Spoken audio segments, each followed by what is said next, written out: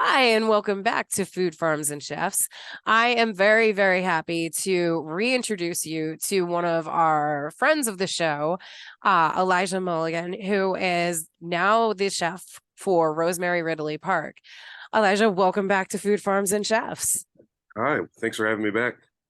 No problem. So for our new listeners out there, because we gain thousands of followers on a regular basis, let our listeners know a little bit about yourself, on the back end of things, just because, in reintroducing yourself to our listeners, it's been a year Oh, as for we sure. discussed. Yeah. Absolutely. My name is Chef Elijah Milligan. I go by Chef Eli. Local guy, right? Born and raised Philadelphia. Spent some time around the country cooking. Now I've been back home. We just got out of the pandemic, and now we're on this new venture, which is the restaurant Rosemary. But yeah, veteran industry. We're going on 20 years now. I'm a parent first and foremost. That's what's important to my beautiful 12-year-old girl. And that's pretty much me in a nutshell. Oh, the 12-year-old? That's such a young age. Like now does she come into like the restaurants at all that you work at? Oh yeah, she's a restaurant baby. My parents actually have a couple restaurants too. So like she knows the restaurant industry pretty well. She's helped me out, with prep, with serving, busing, all that stuff over the years. She actually has a pretty neat skill set, I would say, too, for a 12-year-old in the kitchen. Oh, But obviously, because I do it, she doesn't want to do it when she goes. Maybe that might change, but for her, it's she wants to do something totally different now, right? So well, I mean, something always changes and inspires somebody. Like, but if you're like in it at a young age, I feel like eventually you circle back around. yeah, because it might feel just almost natural, like, hey, I actually know all this stuff and I can, do this pretty good. So yeah, she's watched me do it. She's a part of what I do. It's even funny, like when I have to do, during the pandemic, I do a lot of like videos just like this at home, and she was like my little assistant in the background under the table and stuff like that. So yeah. That's very adorable. Now, I mean, okay, so we discussed the last time that I actually interacted with you was, I think it was a very short clip, but it was because you were running around and I was trying to gain a ton of different interviews at Taste of Philadelphia, which is going to be happening soon again. I think October 12th or 20th, something I remember it too. Yes, the 21st, 22nd. I'm not going to be there this year though. Okay. Yeah, but yeah, it's coming up in a couple weeks. Valley Forge Casino. Yeah. Now I always love seeing you. Like you are like such a wonderful individual and your just demeanor, your the way that you carry yourself. It's very like I'm drawn to you. Oh, So I'm always happy to see you. I'm gonna Um do. but I think of all the years that I've interacted with you and brought you on for like a variety of things, I don't know if I've ever tasted your food. Well, I gotta say that's a little disappointment because I know. I only want everyone to taste my food. So It's because I'm always running around, as you know. right. And but like okay. So I know that the new place, the Rosemary Ridley Park, I know that it's very like vegetable forward. I don't know if it's a vegan restaurant per se. No, no. Yes, we do, source great, vegetables and fruits, whatever I can get my hands on all around the country. But it's not the main focus. We just try to do a little bit of everything, right? Like it's, I feel like, the menu is very approachable for everyone. We even have a secret kids menu for the people that don't know. But like we just get good ingredients, whether it's, proteins, meats, poultry, the best. I love seafood, everything seafood. So, the best fish I can find all around the country.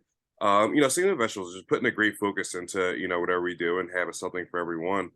But speaking on you not being in yet, we are 7 days a week, dinner service. And uh, brunch. yeah, so we're actually starting brunch next week. This week, I'm sorry, Saturday. Um, Nice.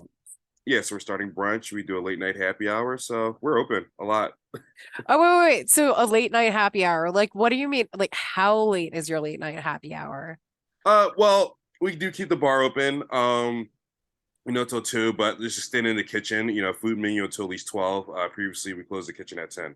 So Okay. I mean that makes sense. yeah. Especially because it takes a little while for you guys to scrub the entire like kitchen down. Oh, for sure. And again, we're a 7-day week operation. So again, you probably see it with me right now. I'm like, oh my God, it's Monday and I'm already but just got out a busy weekend. So yeah, but 2 hours extended time. Yeah. We're open. So 4 to 12 most days. Well, that's good.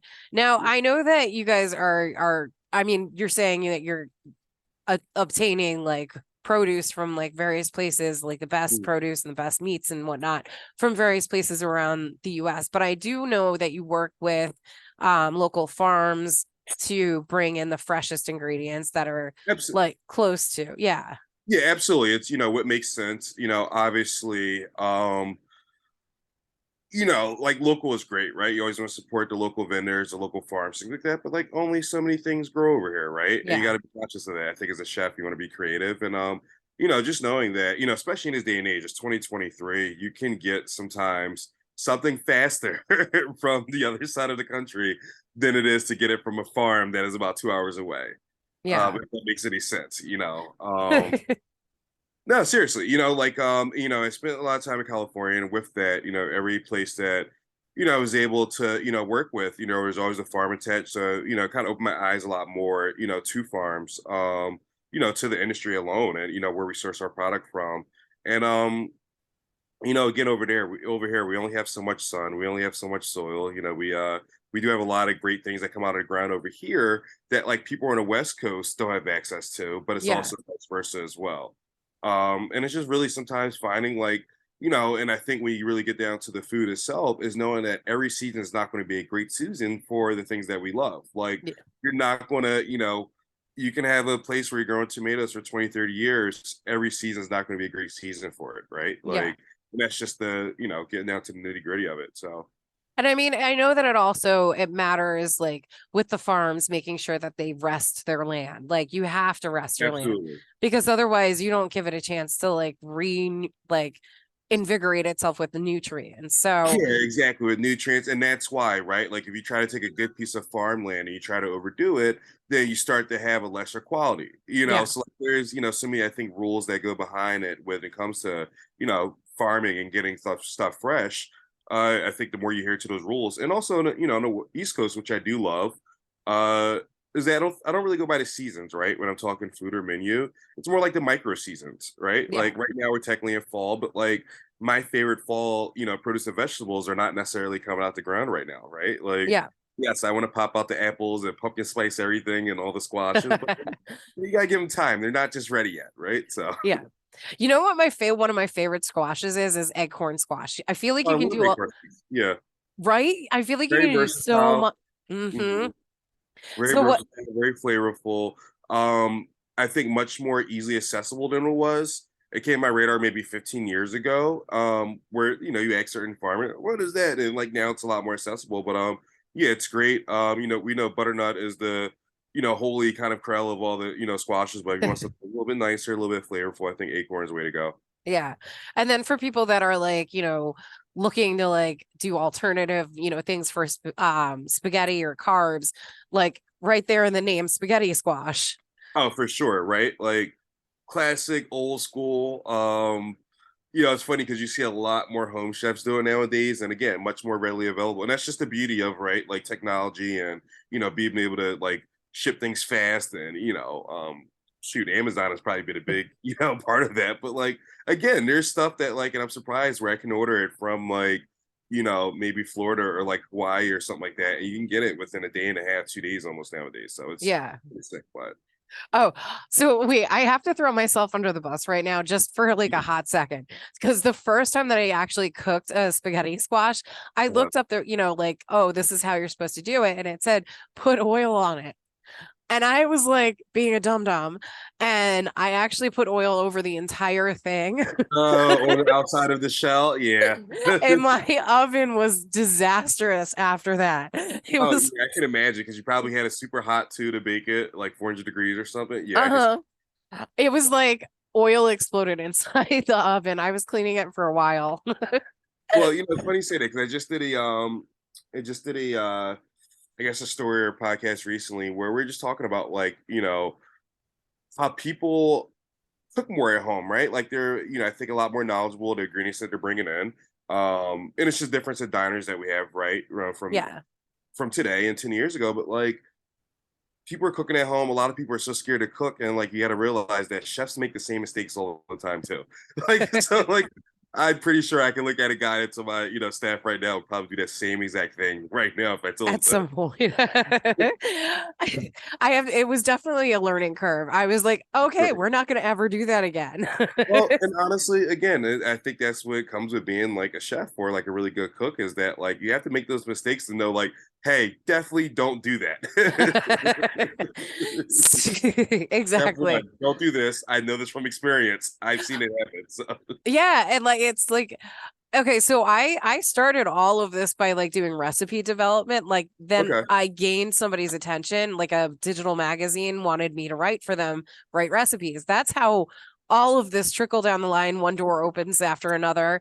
And I came to be Food Firms and Chefs. That's really kind of like making it Right. like the keep it simple, stupid version of it. But but like I used to cook all the time. So there I know a lot of tricks of the trade, but like self-taught. Right. Um, So and sometimes that's the best too, right? Like, I don't know. I think when you're self-taught, you really want something, you really want to make something successful.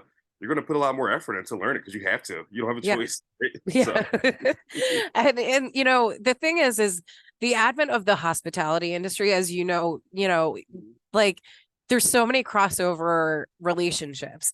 So no matter what, you're gonna know somebody who knows somebody who knows somebody. oh, for sure. Um, and that's part of why I love doing this is because like I will say that there was an industry that reached that I happenstance like came across and they were looking for chefs or whatever, so I started connecting them to different chefs Yeah. and like networking like and everything. Just I'm sorry, I'm totally getting off subject, but No, no, you're fine. I like this topic as well. It is one of the things I love about this industry where it can be, competitive, but everyone is also friendly, right? Like we're all going for that same goal. Like everyone wants to one fill their restaurants up, right? Like yeah. everyone wants a business people, everyone wants to do great food, but like everyone helps each other. And the chef industry is, I think, very unique with that. And then and it's pretty cool, right? Like when I go and travel, it's chances are I know at least one chef in like every city at least, and like you hang out and go to the restaurant and you know they let you know where to go eat and where to hang out and things like that. But again, it's just a very very tight community, city to city, just all around. So Yeah. All right, let's circle back around to Rosemary Ridley Park. mhm. So I saw a little video of you where you actually went out and you're growing your own herbs and picking them before you cook. So Yes, I mean, on a weekly basis, obviously, like, herbs take time to grow and, come to fruition. for sure. Then you have to like bloom them and like, bring them, like wake them up before you put them in. What's it like having that opportunity to just walk out the back door and like grab whatever you need? Well, I love herbs for one. I think it's I think the secret to being a great cook, right? And I think it's the usage of herbs and citrus. If you want my little secret, like that's it, right? Like good seasoning, herbs and citrus are your best friends when it comes to making a dish. A lot of times people are showing me like a pasta dish or something. I'm like, first thing first, there's no herbs. What are you doing? But again, having that available to you, I think is very special. It's, it makes the a day for me to be able to go out and do that. And yeah, knowing that it's going to regrow, and like yeah, there's a time period right for certain herbs to grow back. So what we do is we treat it a little bit more special. Our staff takes good care of them, and just teaching them like where to clip things at, how to clip things, when to let things mature, and knowing that when we do use those herbs, we feature them a little bit more, right? Yeah. Like we're not going to put into like a big batch of like stew that's just going to brown, no one's going to notice. We try to use those as featured ingredients on dishes and just like really highlight and respect those herbs as well. Yeah. And I think I heard or saw something that you guys also utilize those herbs to highlight them in cocktails as well. Absolutely, yes. Because Um, one of my yeah, no, well, I was gonna say same thing with and it's funny with our bartenders now, bartenders I know, throughout the industry. A lot of times, if when I am going for a cocktail or so, or when I actually making one, I'm like, hey, maybe add a little basil or mint to this, and they're like, really, dude, really? And you taste it, you're like, okay, I see why. Mint is one of the most underrated ingredients ever, right? Like yeah. people are just like, oh, it's just mint, but like it is the flavoring for what toothpaste and mouthwash and gum and like But everything nice, right? Like peppermint candies for holidays, and it's and it works. yeah. But like okay, so mint, you used mint as an example, but basil does this too, where I mean, I feel like there's probably across the herb selection, there's several, but I know for a fact that mint and basil both have like different derivatives. So you can get chocolate mint, you can get Mhm. lemon. Like I love the fact that it's so versatile and like it has that flavoring. Like it's Right. and you can smell it. Like pick it off of the vine and you're just like and like maybe like nosh on it a little bit. Well, what I love about basil and mint too is that they're great herbs, and I feel like cilantro if used the right way, but I think those are great herbs where if you just use the right amount, it's there, it doesn't overpower, but it helps enhance most ingredients that it's able to pair with, right? Like, Yeah. and with some of those things like best friends are like we know like basil and tomatoes are constant. I had cilantro in a Brussels dish the other day and it was amazing. And I never thought to do that before. So yeah, right. But it just works. So Maybe like wait, you said cilantro and a Brussels sprouts. Like, did you like citrus, like lime, maybe a little lime to brighten it up? yeah, so I did a little sadachi. It's a fun fruit. It's actually related to yuzu. It's like a little Okay. size lime, but it has like the flavors like lime and lemon. The flavors in that dish were like a miso honey with dried apricots, Ooh. the fresh sadachi, and yeah, a little cilantro to add an herb element to it, and it just really brighten up the whole dish. So Nice. I'm like, hold on, let me grab my keys. You can go feed me now. So how often do you switch up the menu? Because I know most restaurants like they list what their regular menu is, but because you guys are using whatever the freshest ingredients are, yeah. I'm assuming that your menu changes quite rapidly.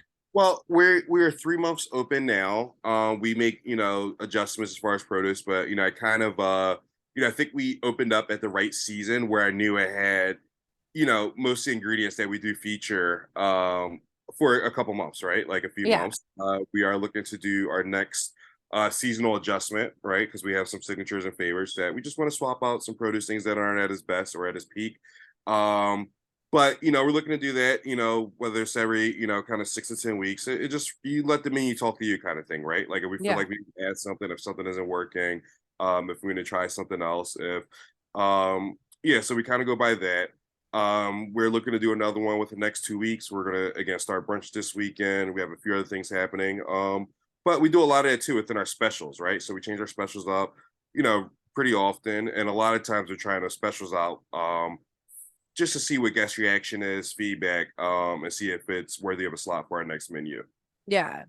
Now, Ridley Park, when you're like driving through Ridley Park, it seems like it's a very like like I don't know the best way to describe it. It's like a very like tight community, like low Mhm. key, like t-shirt and jeans kind of community.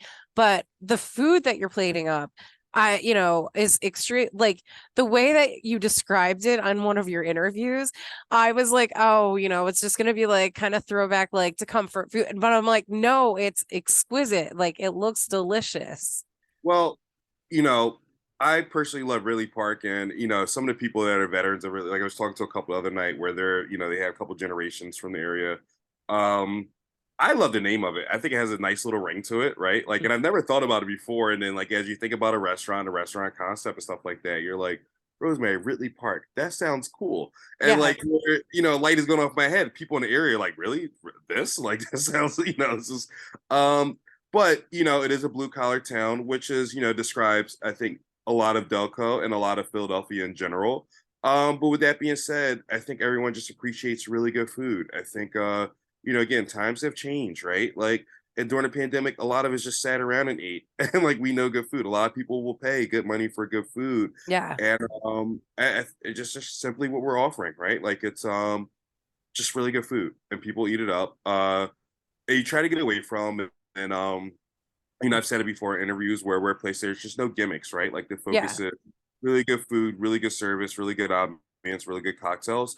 I did kind of notice a trend over the years where people were, and I get it, right? Like we're all trying to bring people to like why she sit in this restaurant, especially during the pandemic, where there were a lot of gimmicks, right? Like come for a dinner and a show and this and that, and it's like let's just get back to doing really good food and people eat it up and you'd be surprised. There's a lot of people in the area, and not really surprised, but like all throughout Delco, once we announced we're opening this restaurant, you definitely have those few people that are, they just want kind of simple, and that's great, right? Like, I don't think we do have repeat customers, which we always love, but we never really wanted, it's not really a place that you just want a quick bite to eat.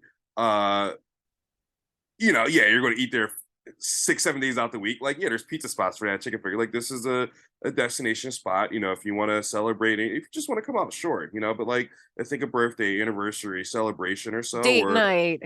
yeah, it's all in your backyard. And what I hear a lot from people in the area is that before, if they wanted good food, it was either driving into the city or going out to media and really just paying like an overpriced meal because like there's nothing else around that can offer it. I think, we have very affordable prices. We source, high quality food for what we do sell it for. And again, our focus every day of the week is just making sure that every plate comes out to at its best. So I mean, and they do look delicious. I think you plated up something that was like seared scallops on top of, I believe, risotto. yeah. And which is a classic like comfort food dish that's like elevated. I love scallops. Yeah. No, it was one of those dishes where it's funny. It's our scallops or our lobster risotto, sauce Americana, and it's a blood orange gochujang sauce as well, a couple different sauces. It's funny because when I was writing the menu originally, I tasted through everything, every single dish, every single ingredient, maybe 100+ times, Mhm. some less. The scallops was like I knew I needed a scallop dish. I thought it was too early for the original dish I wanted to do. Like, we're just gonna do scallops or lobster risotto, asparagus, call it day. I know it works. Yeah. Uh, it hit like wildfire. I didn't even taste the sauce. The sauce was good, and we're getting great scallops, and it hit like wildfire. And I was like, oh, and it became almost like a cultish following thing, like even like on the Facebook page and stuff, where everyone's like, get the scallops, and it's been our highest seller day in, day out for the last 3 months. It's insane the amount of scallops that we go through. Okay, you have me sold. Again, I want to come in and you can actually feed me. I mean, I'll pay, but you can actually feed me. Absolutely. Um, so let's talk desserts because I mean, I love desserts too. Like you can't have a sweet spot without having a sweet ending. Okay. Um, yeah, so desserts, it's a combination program, right? When we first started off, because we had really tiny kitchen atmosphere, stuff like that. We're like, let's focus on the dinner menu. And we had this great dessert spot we would go to pretty much every day, which is literally right down the street. The owners are great. They're really good friends of ours. We still stop and have meetings every day. It's a little bakery called Ardor right down the street. So we've been sourcing desserts from them while making like one dessert in house or so, or one or two in house just to have that, homey feel to it. But we are actually expanding our dessert menu pretty soon, as well as our pasta program. So keep an eye out for that. Again, a lot of changes happening internally that we're excited to share with everybody. Nice. I look forward to seeing what the changes are and especially because seasonally like obviously the ingredients are going to start popping up like out the ground um and you're going to be able to get a little bit creative with everything that's going to you know be in season coming Yeah, like soon. right now, I go through the phase of like, when seasons change or every other week, like I definitely with all my purveyors, they send out that list of like what's in, what's out, what's happening. And I still go through RD phase. Like I tell them I don't trust them. Like bring me a sample, bring me some. I want to taste it. I'll let you know when it's at its best. So right now I'm still in that R&D phase before I finalize anything. But again, it's just making sure that every single thing that we bring in house, every ingredient is at its peak. Because we never want to, I think it's something I learned over in California is like, when you start with great fresh ingredients, there's not much you have to do to bring them out, right? You let them shine on their own. So Yeah. And that's important because, you do want to highlight the things that are seasonal. You do want to highlight the freshest stuff. And bring people in and engage them, engage their palates, introduce them to like new tweaks and things that they wouldn't have necessarily known about. Like I can't even pronounce the name of the fruit you said, but oh, Sadachi. Yeah, and I think that's the fun part of what I do, right? Like that's how, for me, I'm a nerd of this game. I'm always trying to learn. I'm always, looking at what's new in the market. I think that's why I have a lot of fun with our purveyors, with our, reps and things like that. Because like I'm always looking at like, hey, I never tried it before. I want to try this. I want to see this. Can you and I like to send them on missions sometimes too, like, hey, I know you don't carry this in stock, but I need you to find this for me. I can yeah. actually help you, but like, can you start bringing this in for me consistently? But I think it's pretty cool because again, as we are teaching people, like I am learning. I am learning as well. I'll never be satisfied with like the food we're doing. I'm just always gonna say like, how can we make it better? And yeah, so that's the fun part of my job, right? Yep. Now, speaking of making things better, make everybody's day better by letting them know where to find you online, where to find Rosemary Ridley Park online and also in person. Got it. So social media, I think on all platforms, my name's Elijah Milligan, Chef Elijah DM on Instagram. And the same thing with Rosemary. Rosemary Ridley Park for our website. You can find that on Facebook and Instagram as well. We're located at 25 East Hinckley Ave, Ridley Park, PA. It is 15 minutes from Center City, 20 minutes from Wilmington, Delaware. You can get over in Jersey in 20 minutes, 5 minutes from the airport. So I think we're at that perfect little location where it's easily accessible from all over. And no excuse not to come out. We're 7 days a week, and we're starting brunch soon. So Perfect. All right. Well, thank you so much, Elijah, for joining us again on Food Farms and Chefs. And I will look forward to, I will make a point to actually come visit you. Okay. I hope so. I'm gonna hold you to that promise. I'm actually gonna follow up in a week or so. So Okay. I can chase Perfect. you down to come eat. All right. All right. All right. Enjoy So the afternoon. Okay. you too. And we'll be right back after this short break. All right. I paused it. Are you still there? Did he log off? He logged off. Yes, he did. That wasn't bad. No, it was great. So he logged off super fast. That was like a bye. I know. He was like, all right, peace. I was like, I was going to talk to him for a minute, but okay, peace. I tried getting a hold of Gene or whatever. He said he was going to try or whatever after they Yeah, talked. he said that he tried to like log on and the link wouldn't let him in, which is weird because I didn't even see anybody pop up. I thought you were going to try to get him to, call over the phone or whatever. That's what I was looking I for. gave him the option. He didn't even call in. So I'm like, I don't know.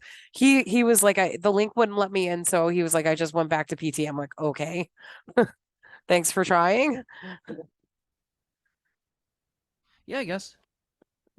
So all right. I think I'm gonna just one of these weeks, I'm just gonna be like, you know what? You run the whole show. Just run the whole show. All right, I better get those notes beforehand so that I can do that for you.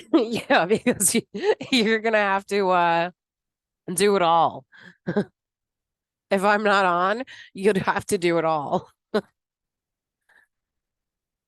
Um, oh yeah.